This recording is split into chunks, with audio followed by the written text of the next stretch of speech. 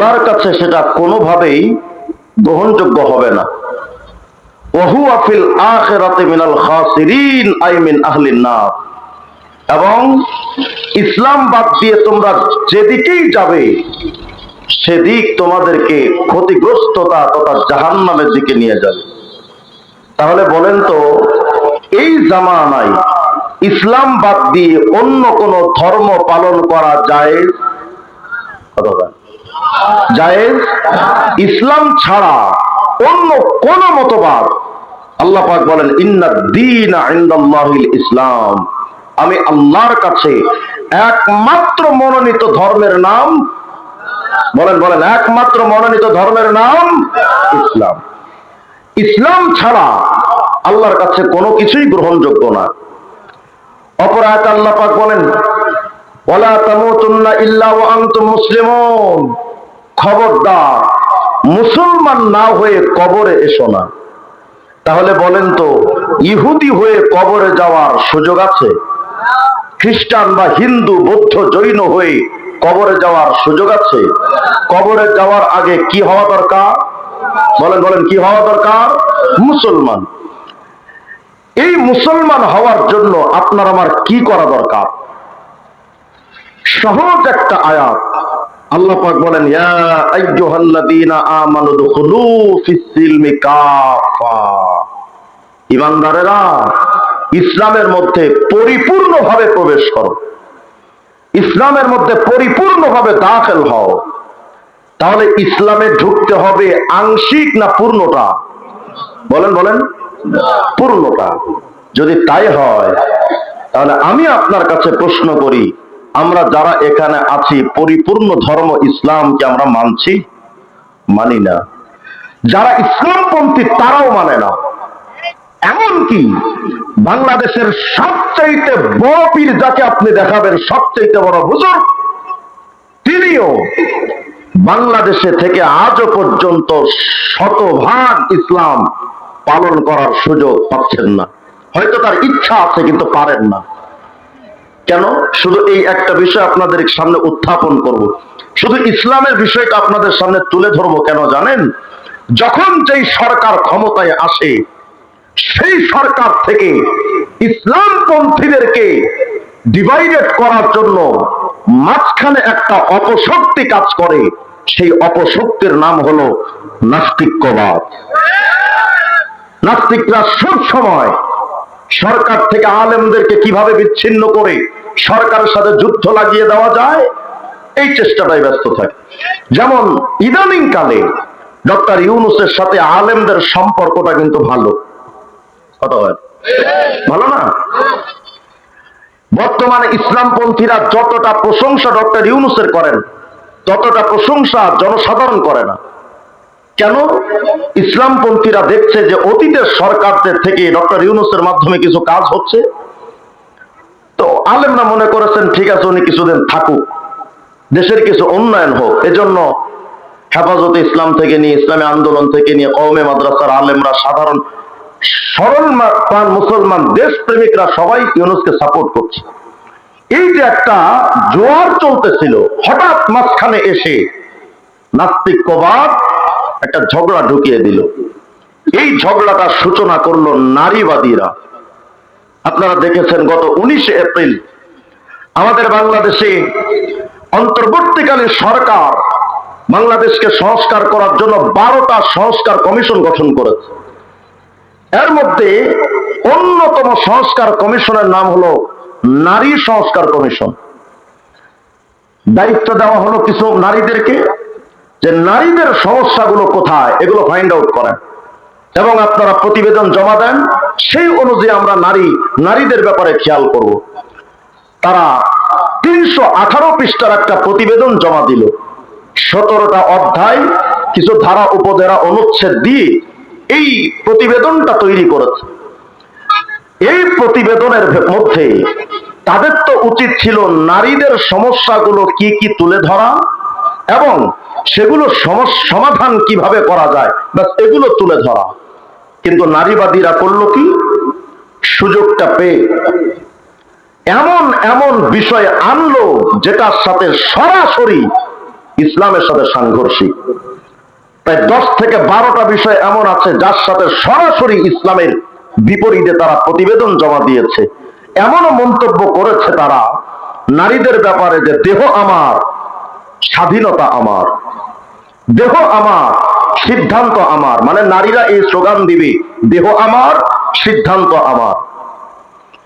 তারা দাবি করে বসলো আরো যে পতিতা বেশ্যাদেরকে শ্রমিক হিসেবে তাদেরকে স্বীকৃতি দিতে হবে। নাউজুবিল্লাহ বলেন না।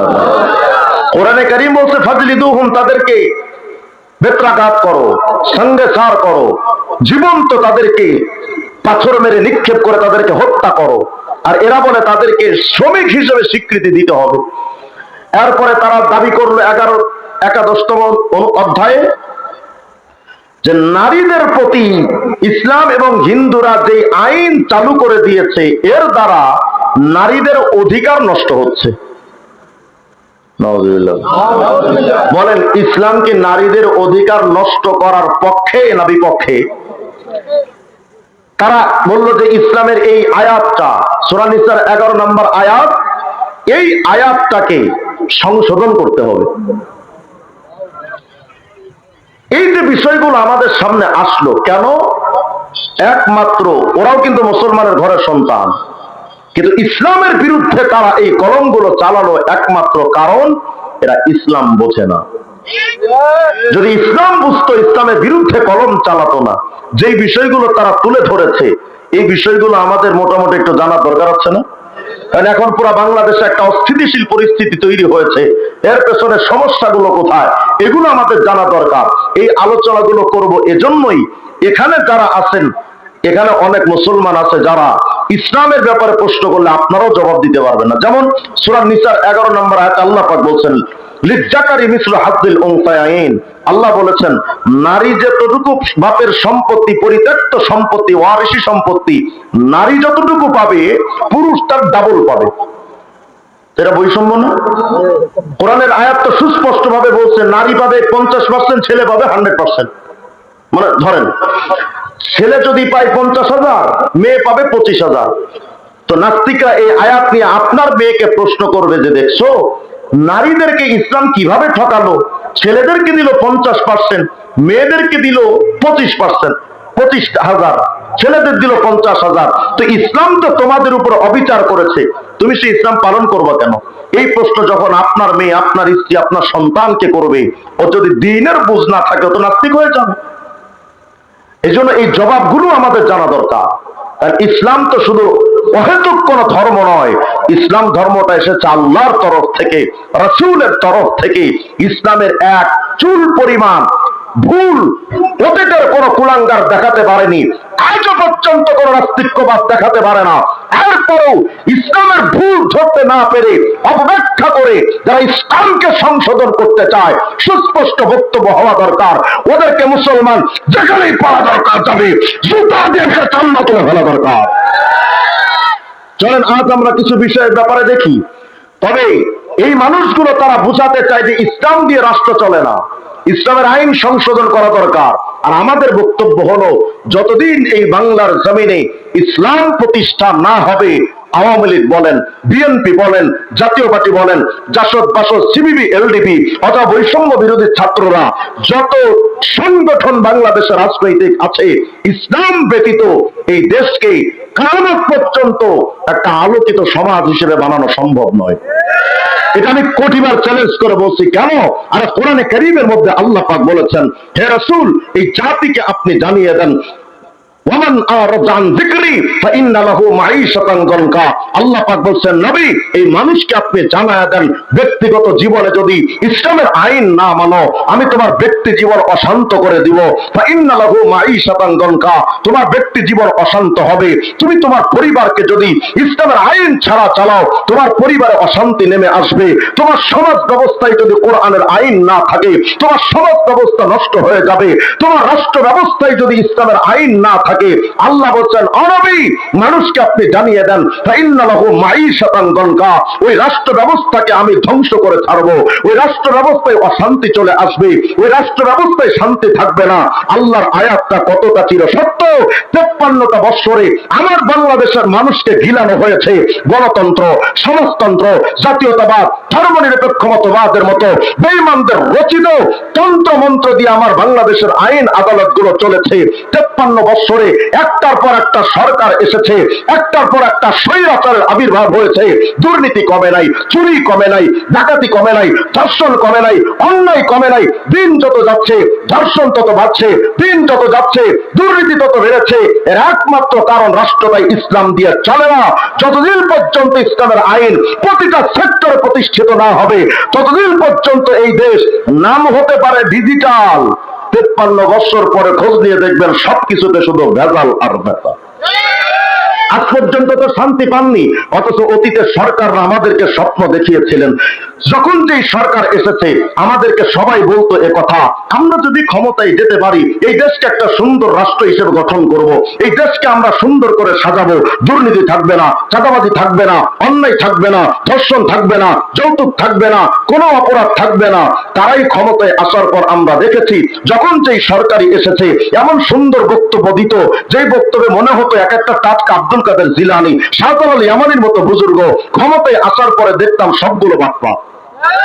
ক্ষমতায় আসার পরে তারাই সর্বপ্রথম দুর্নীতি চালু করে, তারাই সর্বপ্রথম চাঁদাবাজি চালু করে, তারাই সর্বপ্রথম অপরাধ চালু করে, তারাই সর্বপ্রথম কালো টাকার পাহাড় গলে।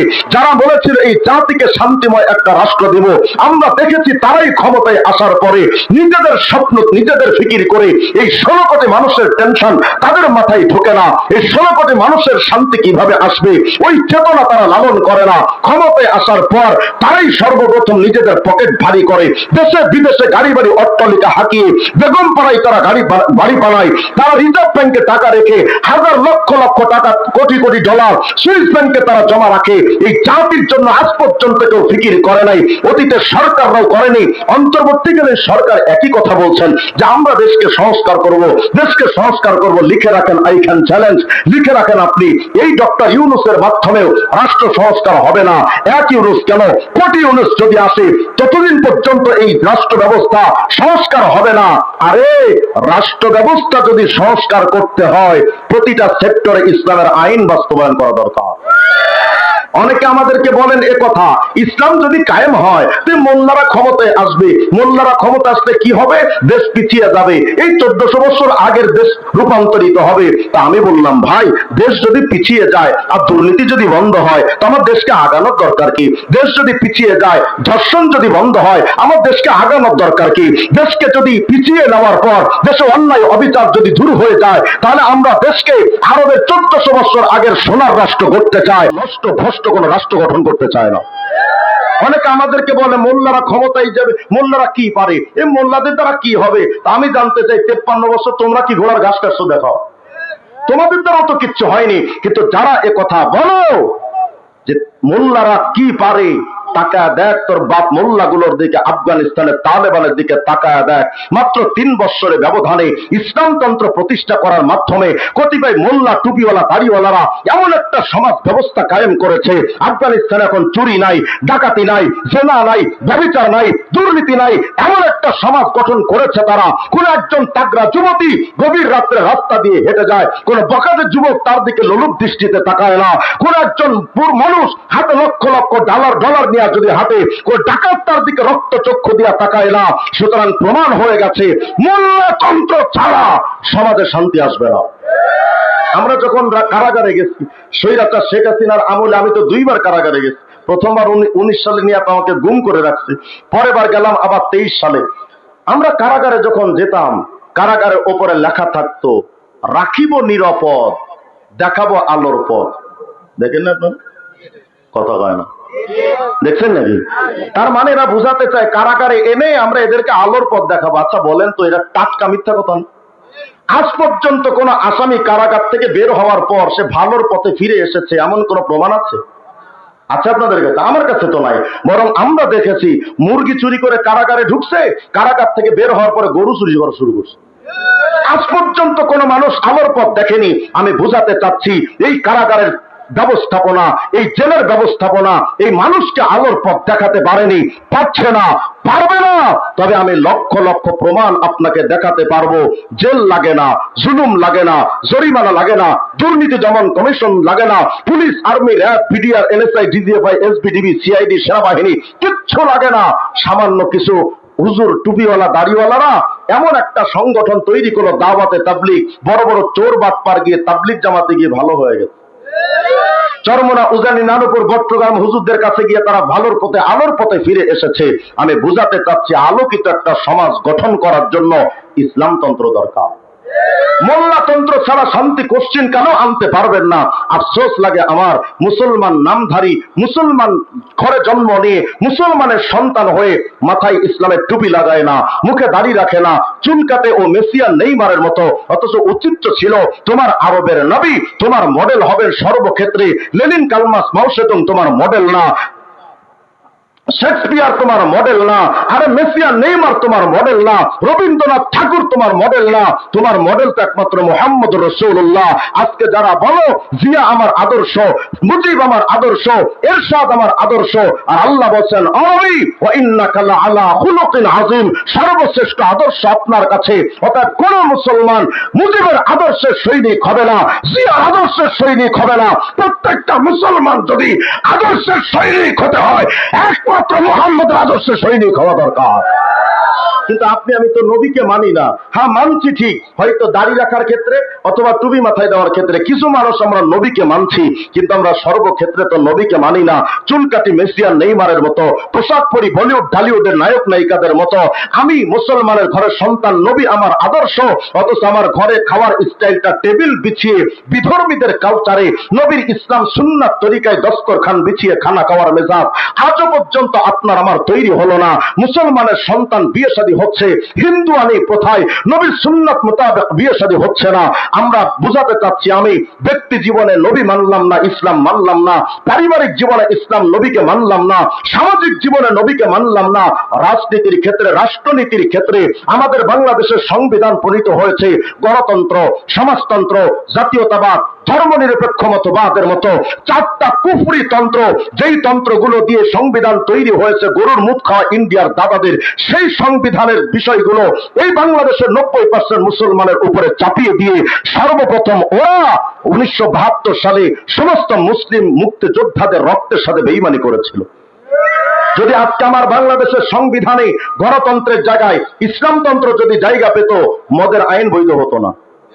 যদি আমার বাংলাদেশের গণতন্ত্রের জায়গায় ইসলামতন্ত্র প্রতিষ্ঠা থাকতো, বাংলাদেশের সংবিধানে পতিতালয়কে বৈধতা দেওয়া হতো না, বাংলাদেশের সুদের আইন বৈধতা দেওয়া হতো না। কিন্তু তারা গণতন্ত্র, সমাজতন্ত্র, জাতীয়তাবাদ, ধর্মনিরপেক্ষ মতবাদের মতো চারটা বেঈমানদের কুফরি তন্ত্র এই মুসলমানদের উপরে চাপিয়ে দিয়ে 90% মুসলমান মুক্তিযোদ্ধাদের ইসলামতন্ত্রকে বিদায় করে দিয়ে মুসলমানদের ইসলাম সেখানে জায়গা দেয়নি। বোঝাতে চাচ্ছি, রাষ্ট্রীয় ক্ষেত্রে নবীকে মানলাম না, ইসলাম মানলাম না, অথচ আল্লাহ বলেছিলেন সর্বদিক থেকে তুমি ইসলামকে মানো, ইসলামকে ফলো করো, ইসলামের অনুসরণ করো, মুসলিম না হয়ে কবরে এসো না। আমাদের ব্যক্তি জীবনে নবী নাই, ইসলাম নাই, পারিবারিক জীবনে ইসলাম নাই, সামাজিক জীবনে ইসলাম নাই, রাষ্ট্রীয় জীবনেও ইসলাম নাই। হ্যাঁ, হয়তো কিছু মানুষের দাঁড়িয়ে টুপি আছে, কিন্তু রাষ্ট্রীয় ক্ষেত্রে তো ইসলাম আজও পর্যন্ত আমরা মানলাম না। হায় আফসোস, এই মুসলমান যখন মরছে, ওরে মরার পর কবরে রাখার সময় আমরা বলে আসছি বিসমিল্লাহি ওয়া আলা মিল্লাতি রাসূলিল্লাহ, একে রসুলের ধর্মের অনুসারী হিসেবে তাকে কবরে রেখে যাচ্ছি। অথচ এই কুলাঙ্গার জীবনের নবীর দাড়িটাও রাখে নাই, টুপিটাও মাথায় দেয় নাই, গায়ে পাঞ্জাবি লাগায় নাই। ব্যক্তি জীবনে ইসলাম ছিল না, পারিবারিক জীবনে ইসলাম ছিল না, রাষ্ট্রীয় জীবনে ইসলাম ছিল না।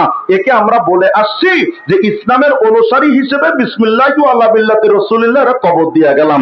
আল্লাহর সাথে এর চাইতে বড় চিটিংবাজি আর বাটপারি আর ধোঁকাবাজি আর কিচ্ছু হতে পারে না।